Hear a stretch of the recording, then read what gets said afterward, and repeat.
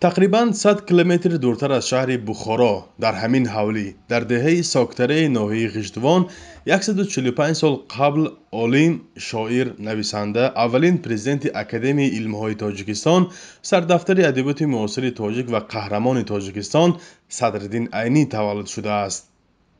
بچگیش را همراه سه برادرش در این حوالی گذرانده بعد فوت پدر و مادر در بخارا و سمرقند و دوشنبه زندگی کرده است. همین دروازه بابای صدرالدین عینی سید عمر خوجا ساز کردگی این دروازه. اینو کندکاری استا بوده است، دورادگار استا بوده است. اینو همجا بایم کار کرده است. اول شوفرکن طرفی نخه شوفرکن بایم یک مسجد یک جای بنیاد کرده. همجا حوالی جای کرده بشند. زنی سید عمر خوجا، زنی سید منوت خوجا اصلی از شوفرکنی، نخه شوفرکنی. اوچهشون اوچه صدرالدین عینی از شوفرکنی بوده است، ناحیه شوفرکنی بود. با گفته باشندگان جماعت ساکتره ناحیه غشتوان ولایت بخارا، این کلمه شکل دیگر شده سدپیری بوده است. یعنی محض در این موضع قبرستان خوجه سدپیری قرار دارد که چندین گذشتگان یا سرآمدان سردفتر ادبیات معاصر تاجیک صدرالدین عینی در اینجا دفن شدند و مانند پدرشان سید مراد خوجا، بابایشان سید عمر خوجا، برادرشان محیدین خوجا و دیگر پیوندانشان. این از آن دلالت میکند که طول چندین صد ساله محض در این زادبون نسل گذشته و اولادان صدرالدین عینی عمر به سر بردند. حالا به گفته ساکنان این منطقه تنها 5 عائله از پیوندان عینی باقی ماندند و دیگران به گوشه و کنار دیگر ازبکستان و تاجیکستان کوچ بستند. رابعه سیف‌الله برادرزاده صدرالدین عینی است و 45 سال باز آثارخانه عمک پدرش را نگهبانی میکند. من اسم با مکتب کهنه صدرالدین عینی خوندگی مکتب کهنه هم جواب داگی. انا 100 ساله صدرالدین اینجا تشلاندق شده ویران شدن سونه هم تو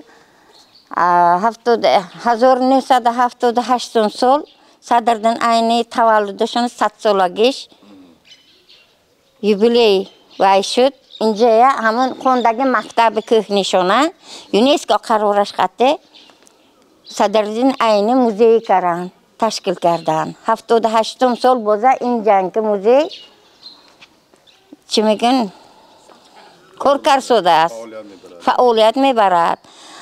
69 سال 80 سالگیشان با پیش چهارم صدرالدین عینی مکتبش پیشش بود موزه. این 100 ساله با اینجا با آوردن کلانتر وای کرده. همین 45 سال بوده این موزه کار شده است، فعالیت برسوده است. مهمونه قبول کرده میگیریم. این بنا به گفته پیوندان عینی سال 1824 ساخته شده است و نگهبانانش میگویند بالاروهایش بارها شکسته و خشت و دیوارهایش آسیب دیدند. تا این وقت اینجا همگی یک بار تعمیر جاری را دیده است و به تعمیر کلی نیاز دارد. با سفیر فوق‌العاده تاجیکستان که در ازبکستان امروز فعالیت دارند عبدالجبار رحمانزاده به این مسئله هم مراجعت کردیم و مبلغی که جدا کرده شد از طرف حاکم ولایت بخارا من همون خیلی در روزهای نزدیک از نو تعمیر کردن در نظر داشته شده است. آنجا وقتی که ما تعمیر میکنیم البته آثارخانه باز از نو با موادهای نو تامین کرده می شود و باز همون روحیت پیشتری اول رو می دهد. پیوندانش میگویند هرچند با مرور زمان به سختی ها دچار شدند ولی افتخار میکنند که میراثبر چنین شخصیتی بزرگند. من تاجیک، دریم تاجیک، اونیم تاجیک. انا این خواهرم میشد، اینم میگه ازبک. من با ازبک بزنم دیگه. خودش تاجیک میدونم. اینگه ازبک برستگی. اینم دیگه کشفگی ده. اگر نصب باشد نویرم هست همون یکونتیش همون صدرالدین عینی برن یک جودکار هم تو نویستگی نویسنده شوند همون بگو کلونه دوامشیشون شوند گفته عرض میکنم الهی همون عرضم و رسیم.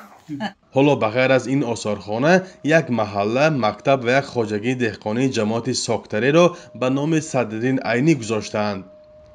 در مدرسه کوکالداش که عینی 16 سال با برادرش آخر عصر 19 و اول عصر 20 تحصیل کرده است، 2 حجره‌اش را آثارخانه کردند. این حجره ها خانه های بهارانه و زمستانه آنها بوده است. به فرق از آثارخانه عینی در سمرقند و بخارا 2 سال پیش طبق نقشه شهرسازی پایتخت تاجیکستان قرار بود آثارخانه او در دوشنبه تخریب گردد.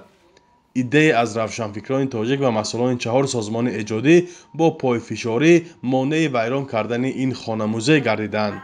صدرالدین عینی مؤلف ده‌ها اثرهای منظوم و منثور تاریخی است که در نشریات تاجیکستان چند سال پیش آن را در کلیات 15 جلده منتشر کرده بود. در ازبکستان هم او را همچون سرآمد ادبیات نوین این کشور می‌شناسند. فرزا محمدی، رادیو آزادی، شهر بخارا.